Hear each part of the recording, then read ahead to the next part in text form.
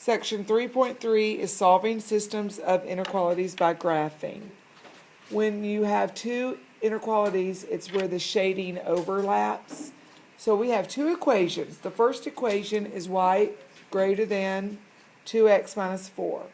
That is already in slope-intercept form, so all we need to do is graph. Now make sure that you label your x and y axis. If you do not label your x and y axis, you will get points taken off of your quiz. So if on your homework quiz, if you didn't label your x and y axis, you're going to get points taken off.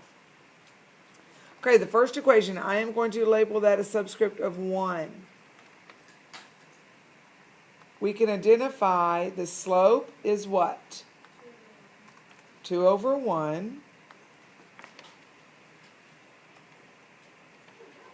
Your B is the point -4, which is the ordered pair 0, -4. So let's plot 0, -4. We're going to go up 2 over 1.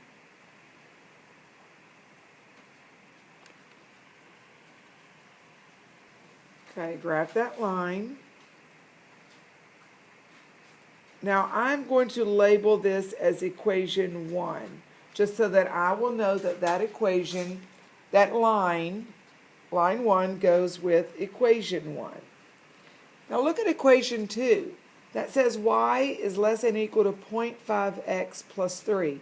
What's wrong here? You know, in slope-intercept form is y equals mx plus b, correct? And what does b stand for? Excuse me, what does m stand for? Slope. Slope. And slope is always in the form of a fraction, rise over run. So this is a decimal. What are we going to need to do? We need to change it into a fraction. So y is less than or equal to 1/2 x plus 3. Because 0.5 is 1/2. If we had a graphing calculator, we could use it and plug it in as 0.5. But we are graphing this by ourselves, so we need to turn it into a fraction to be able to do the rise over run. So your slope is 1 over 2.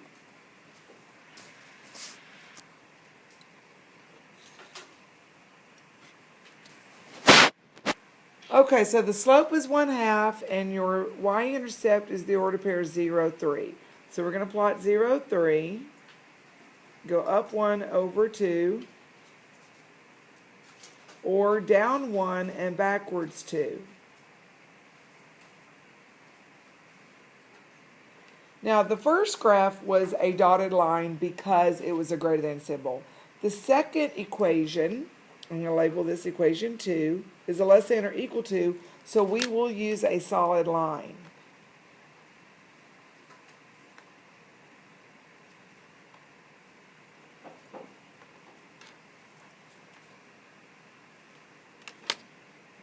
Now, we have to shade.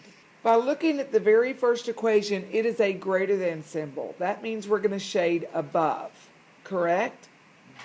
Okay, I am going to shade with the highlighter. I'm going to shade a yellow on my graph.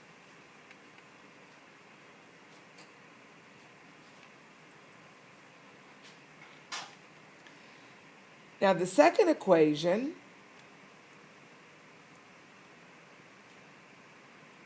is a less than or equal to. So I am going to shade below. Does everyone understand how to shade, what the greater than is shade above, less than is shade below?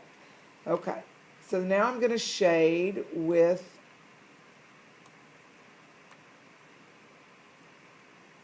blue. And that is below, so I'm going to shade below.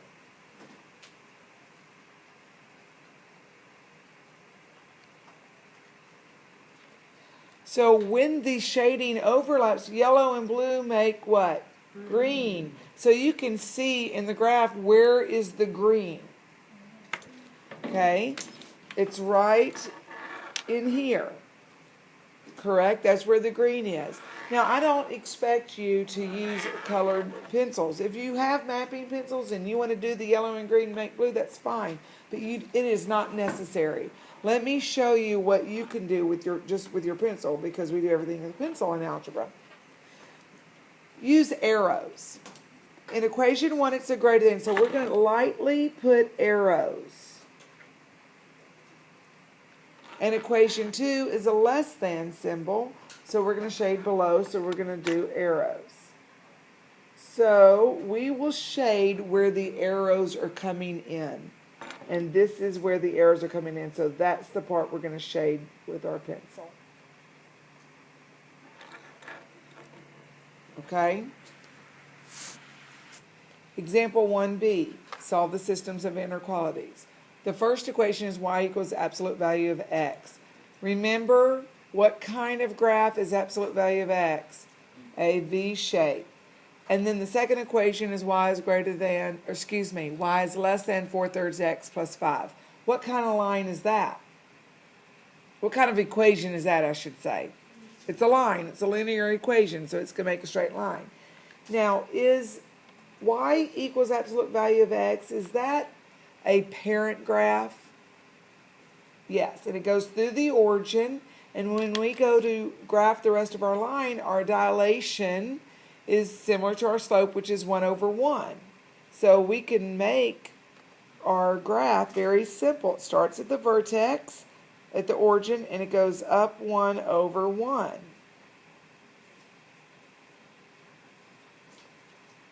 And in the other direction, our V goes up 1, backwards 1. So that is the parent graph. So there was no work involved to that. The second, and that's that's the first graph. So I'm going to put a little 1 of that. The second equation is y is less than 4/3 x plus 5.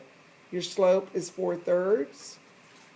Your b is 5, which is the ordered pair 0, 5.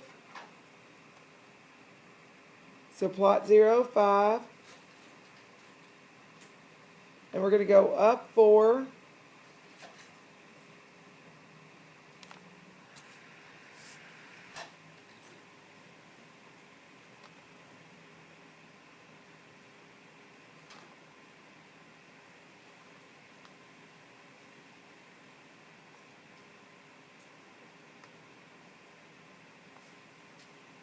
Okay, now we have to figure out where we're going to shade. The absolute value, that's y, is greater than or equal to absolute value of x. Are we going to shade a dotted line? Yes, thank you. It would be a dotted line.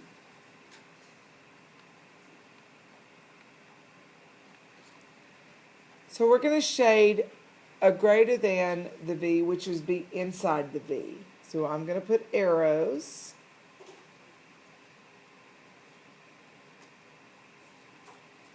And the second equation is our linear.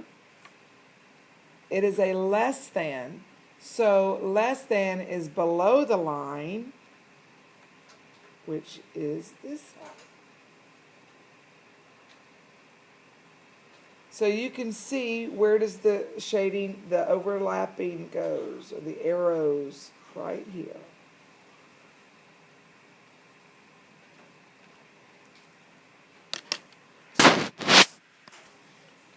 Example 2, again the equations are already solved for y, so that makes it a little easy.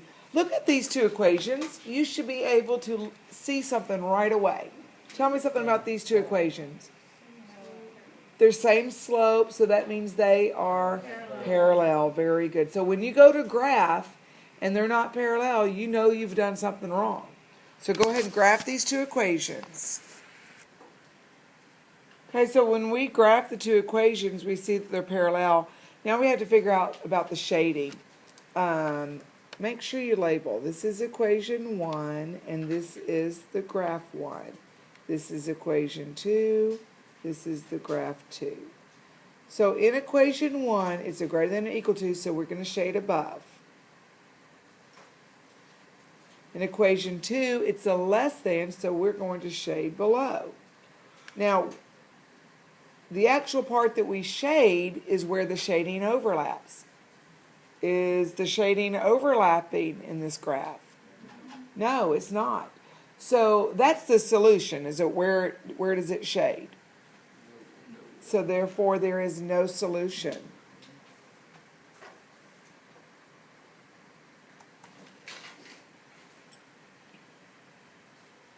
Somebody asked in the last class, what happens is it always going to be no solution with parallel lines?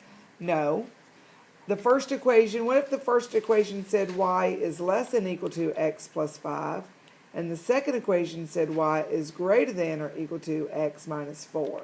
If that's the case, then the first equation would be going inside, and the second equation would be going above. So it would be right in here would be the solution. Okay?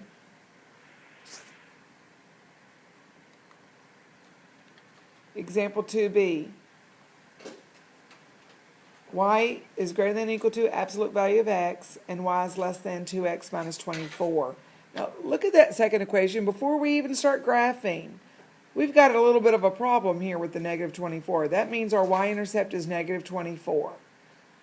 We're going to have to count something by other than ones. Now, I don't really like to count more than 2 because then it's really hard to do the slope because the slope is 2 over 1. With you have graph paper. So what you could do is you could extend your x-axis higher so where you're just focused on quadrant 3 and 4.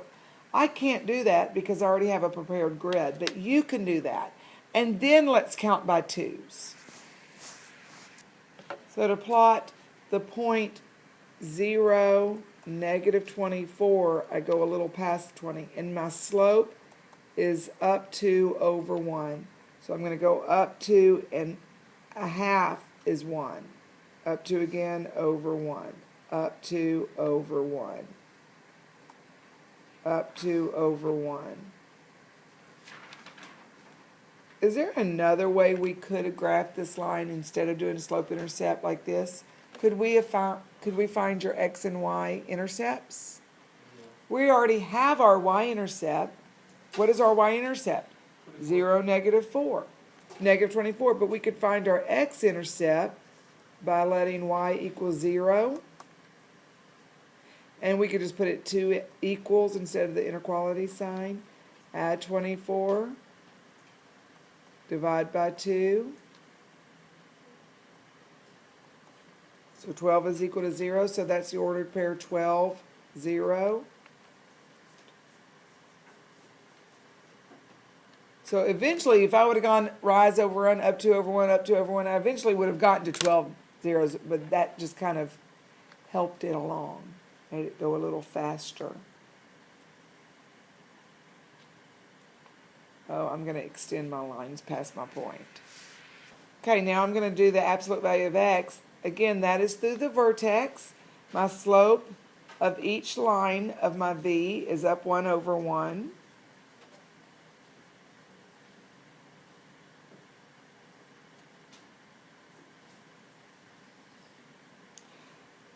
Now, I'm going to extend it way past because I just know something.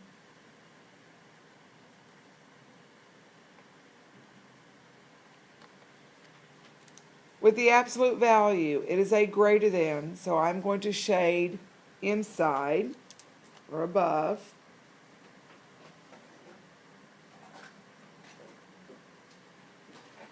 And the second equation is less than, I'm going to shade below.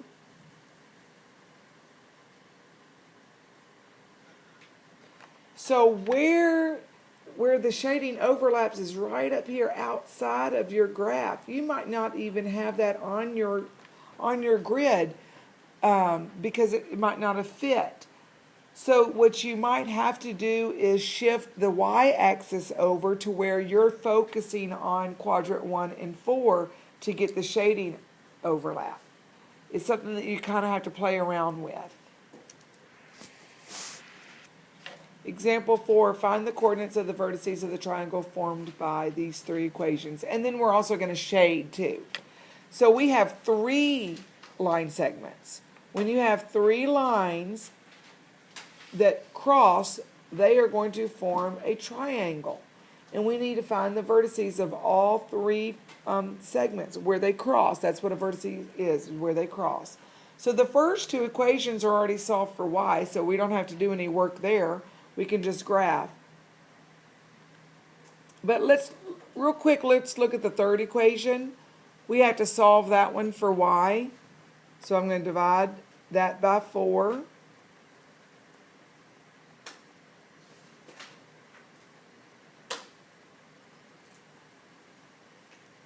So this is equation 3. This is equation 2. And this is equation 3. Okay, the first equation starts at 0, -8, go up 2 over 1. I'm going to extend my lines really way past to make sure that my triangles form on my grid.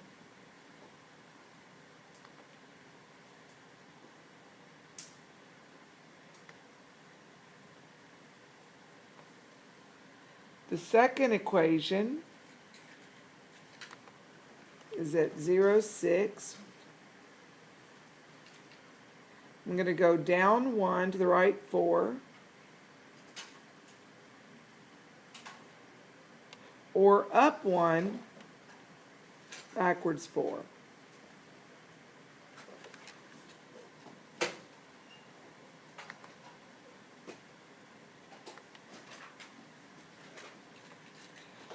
The third equation, 0, -8, but my goodness, look at the slope.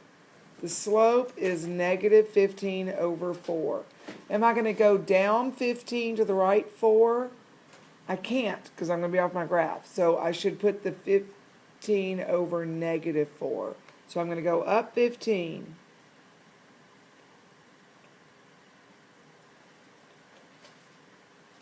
Oh, well, luckily it landed on the point.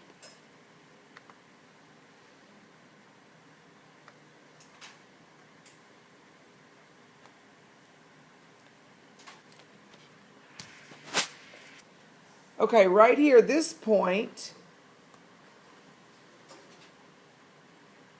what is the vertices? 1, 2, 3, 4, -4.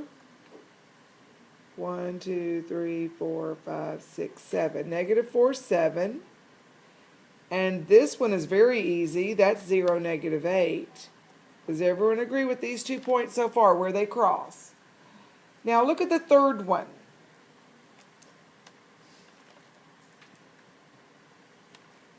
We've got a little bit of a problem. Either we're off of we didn't do a very good job drawing our line because it's not crossing at a corner, or it just doesn't cross at a corner. So what we're going to do is we are going to take, which equation is that? This is equation, let's label, this is equation 2. Oops. And this is equation 1, correct? What is another way to find where 2 equations cross? We could do it algebraically. You had to do that for homework last night. You had to do it either the substitution method or the elimination method. So that's what we're going to do. So all we're going to look at the 2 equations. I went ahead and copied the 2 equations, and we could either do the elimination method or the substitution method. When both equations are solved for y, the easiest method to solve algebraically is doing the substitution method. So wherever we see y in the second equation, we are going to plug in 2x minus 8 right there. So 2x minus 8, and instead of the symbol, I'm going to put equals because I'm trying to solve for x. Does everybody understand what I just did? To reiterate, we're trying to find where these 2 lines cross. They are not crossing at an exact point. So to find exactly where they cross, we have to solve it algebraically. To solve it algebraically, we could either do the substitution method or the elimination method. I am choosing to do the substitution method. So wherever I see y in the second equation, I'm going to plug in 2x minus 8. Now I have an equation with a fraction. I am going to clear my fractions by multiplying each term by the least common denominator. I have to put each term over 1. What is my least common denominator? 4. So I'm going to multiply each term by 4. So I get 8x minus 32 is equal to, the 4's go away, negative 1x plus 24. Now I'm going to add x on both sides. Get 9x minus 32 is equal to 24. Add 32. So that's 9x is equal to 56. Now, does 9 go into 56 evenly? No, it goes into 54 evenly. It goes in our calculator, it says 6.222. We're just going to round to 6.2. Now, we found our x. We have to plug it in to the first equation to find our y. Y is equal to 2 times 6.2 minus 8. You can use your calculator to help you. 2 times 6.2 is 12.4 minus 8 is 4.4. So that is the ordered pair 6.2 comma 4.4. So let's go back to the other screen and see that. So let's go to this screen. What was the ordered pair? 6.2, 4.4. Let's check that. So go over 1, 2, 3, 4, 5, 6. It's just a little past 6, about 6.2. And up 1, 2, 3, 4, a little past 4. So yeah, it looks like it does cross at around 6.2 and 4.4. What is another way we could do this? Couldn't we plug it into the graphing calculator? Yes, so let's do that, everybody. So by plugging into the graphing calculator, you'll see that it also intersects at 6.2 and 4.4.